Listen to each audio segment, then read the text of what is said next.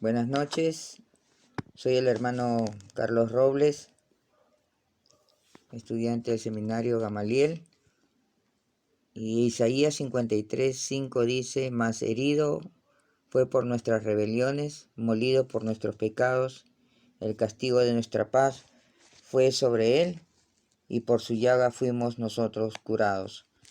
Me ha tocado el tema la sanidad divina, y ponía como el texto bíblico Isaías 53:5.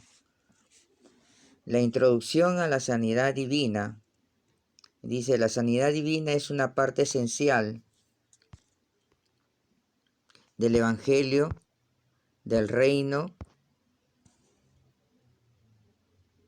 y la gran verdad de que Dios es sanador aparece a través de toda la Biblia, tanto en el Antiguo como en el Nuevo Testamento, testifican la provisión de Dios para la sanidad de la humanidad. Segundo, vemos también el origen y las causas de las enfermedades. El origen y causa de las enfermedades fueron por la desobediencia de Adán. Seguimos. Consecuencias de la enfermedad.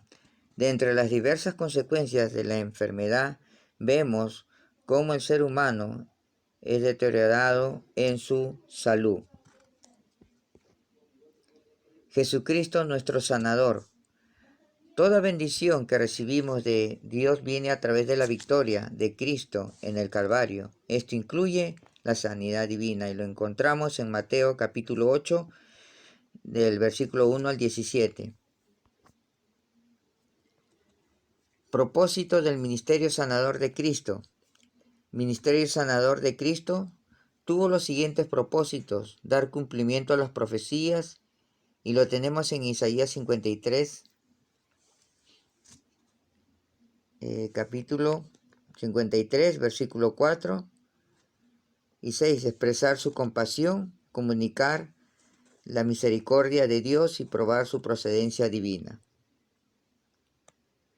Ministración de sanidad según el modelo de Jesús. El modelo para ministrar la sanidad que Jesús desarrolló fue diverso, es decir, que no empleó solo un método para sanar a los enfermos, y esto lo podemos ver en Mateo capítulo 8, versículos 5 al 13. La segunda venida de Cristo, amados hermanos, lo vamos a ver en dos fases. La primera fase, llamada o conocida como el arrebatamiento o rapto de la iglesia. Lo vemos en Primera de Tesalonicenses capítulo 4, versículos 13 en adelante. Tampoco queremos, hermanos, que ignoréis acerca de los que duermen, para que no entristezcáis como los otros que no tienen esperanza. Porque si creemos que Jesús murió y resucitó, así también traerá Dios con Jesús a los que durmieron en él. Por lo cual os decimos esto en palabra del Señor, que nosotros que vivimos, que habremos quedado hasta la venida del Señor, no precederemos a los que durmieron, porque el Señor mismo con voz de mando, con voz de arcángel y con trompeta de Dios descenderá del cielo, y los muertos en Cristo resucitarán primero. Luego nosotros los que vivimos, los que hayamos quedado, seremos arrebatados juntamente con ellos en las nubes para recibir al Señor en el aire, y así estaremos siempre en el Señor. Por lo tanto, alentaos los unos a los otros con estas palabras. Y también lo podemos ver en Primera de Corintios capítulo 15, en el verso 51 y 52, se los voy a leer.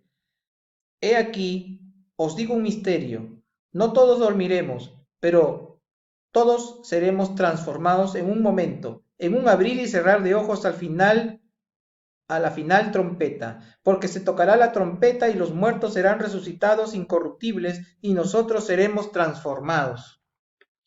Entonces, como hemos leído, los muertos en Cristo resucitarán primero, y los que hemos quedado o estamos vivos, vamos a ser transformados y recibiremos a Jesús en las nubes. Somos la iglesia, la cual entraremos al cielo, a las bodas del Cordero, y también para recibir nuestras coronas, galardones, según su obra. Luego, al final de la gran tribulación en la tierra, vamos a ver la segunda fase, que es la segunda venida de Cristo, Esto lo vemos en Apocalipsis capítulo 19, versículos 7, 8 y 14, la iglesia. Entonces ahí nos dice: gocémonos y alegrémonos y démosle gloria, porque han llegado las bodas del Cordero y su esposa se ha preparado, y a ella se le ha concedido que se vista de lino fino, limpio, resplandeciente, porque el lino fino es las acciones justas de los santos. Y los ejércitos celestiales, vestidos de lino finísimo, blanco y limpio, le seguían en caballos blancos. Amados hermanos, en esta segunda venida de Cristo en sí, donde todo ojo lo verá, incluyendo los impíos, según Apocalipsis 1:7, el Señor Jesús regresa con su iglesia o su esposa, después de las bodas del Cordero. Regresa el Señor donde asenta sus pies en la tierra de Israel, en el monte de los olivos, y hará su marcha hacia Jerusalén, con el propósito de juzgar a los injustos de la tierra y para instaurar su reino milenial. Buen día con todos. El día de hoy vamos a exponer sobre el reino milenial de Cristo. El reino milenial de Cristo es el título dado a los 1000 años del reinado de Jesucristo en la tierra. La Biblia nos dice: cuando Cristo regresa a la tierra, Él mismo se establecerá como rey en Jerusalén, sentándose en el trono de David. En Lucas 1, 32 y 33 vemos: este será grande y será llamado Hijo del Altísimo, y el Señor Dios le dará el trono de David su padre, y reinará sobre la casa de Jacob para siempre, y su reino no tendrá fin. La Biblia habla sobre las condiciones durante el milenio. Será un tiempo de paz. En Miqueas 5, 2 y 4 nos dice: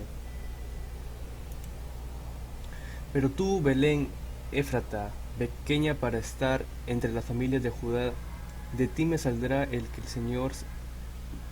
que será Señor en Israel, y sus salidas son desde el principio, desde los días de la eternidad. Pero los dejará hasta el tiempo que dé a luz lo que ha de dar a luz, y el resto de sus hermanos se volvieron con los hijos de Israel. Y él estará y apacentará con poder de Jehová, con grandeza del nombre de Jehová su Dios, y morarán seguros, porque ahora será engrandecido hasta los fines de la tierra. Entonces va a ser un tiempo de paz. También en Isaías 32, del 17 al 18, nos dice: y el efecto de la justicia será paz, y la labor de la justicia reposo y seguridad para siempre. Y mi pueblo habitará en morada de paz, en habitaciones seguras y en recreos de reposo. También va a ser un tiempo de gozo. Isaías 61, del 7 al 10. Vamos a leer solamente el versículo 7. En lugar de vuestra doble confusión y de vuestra deshonra, os alabarán en sus heredades, por lo cual en sus tierras poseerán doble honra y tendrán perpetuo gozo. También va a ser un tiempo de confort. En Isaías 40, del 1 al 2, nos dice: consolaos, consolaos, pueblo mío, dice vuestro Dios. Hablad al corazón de Jerusalén, decidle a voces que su tiempo es ya cumplido, que su pecado es perdonado, que doble ha recibido de la mano de Jehová por todos sus pecados. Va a ser un tiempo de confort, donde Dios nos va a estar consolando. Va a ser un tiempo también donde no habrá pobreza. En Amós 9, del 13 al 15. He aquí, vienen días, dice Jehová, en el que alcanzará al segador y el pisador de las uvas al que lleve la simiente, y los montes destilarán mosto, y todos los collados se derretirán. Y traeré del cautiverio a mi pueblo Israel, y edificarán ellos las ciudades asoladas, y las habitarán. Plantarán viñas, y beberán vino de ellas, y harán huertos, y comerán fruto de ellos.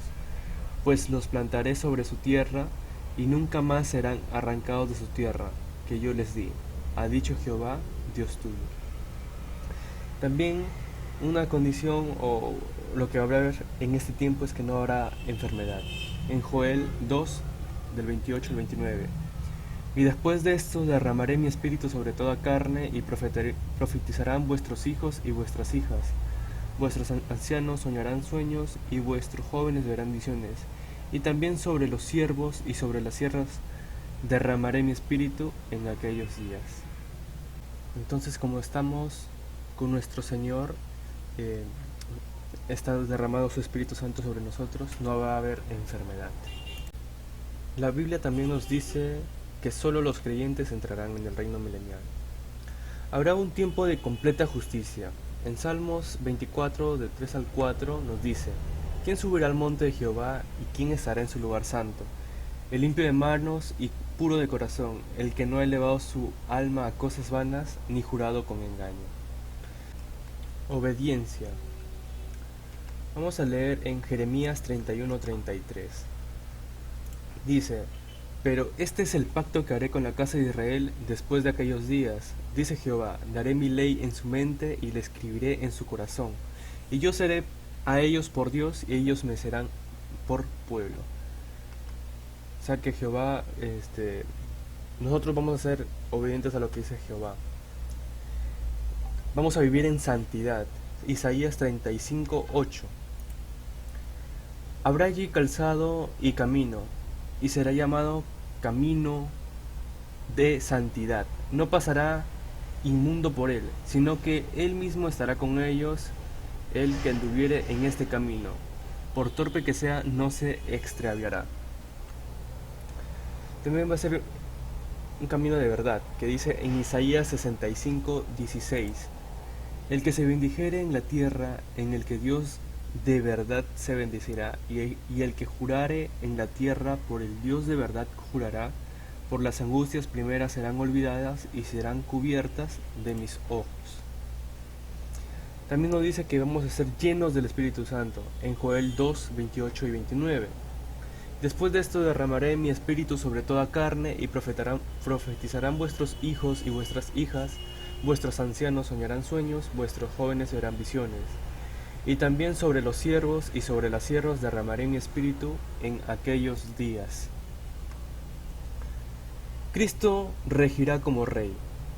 Vamos a leer en Isaías 9, versículos 6 y 7. Porque un niño nos es nacido, hijo nos es dado, y al principado sobre su hombro. Y se llamará su nombre Admirable Consejero, Dios Fuerte, Padre Eterno, Príncipe de Paz. Lo dilatado de su imperio y la paz no tendrán límite sobre el trono de David y sobre su reino, disponiéndolo y confirmándolo en juicio y en justicia desde ahora y para siempre. El celo de Jehová de los ejércitos hará esto.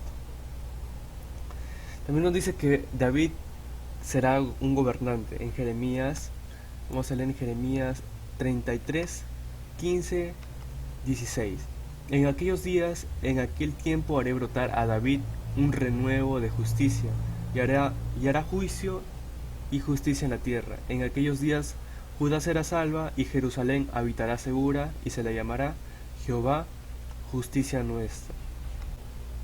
También dice que nobles príncipes también gobernarán. Vamos a leer en Isaías 32:1. Nos dice: He aquí que para justicia reinará un rey, y príncipes presidirán en juicio. Y por último dice: Jerusalén será el centro político del mundo. Vamos a leer en Zacarías 8:3. Así dice Jehová: Yo he restaurado a Sión, y moraré en medio de Jerusalén. Y Jerusalén se llamará ciudad de la verdad, y el monte de Jehová de los ejércitos, monte de santidad. Este ha sido el trabajo del grupo 5. Muchas gracias.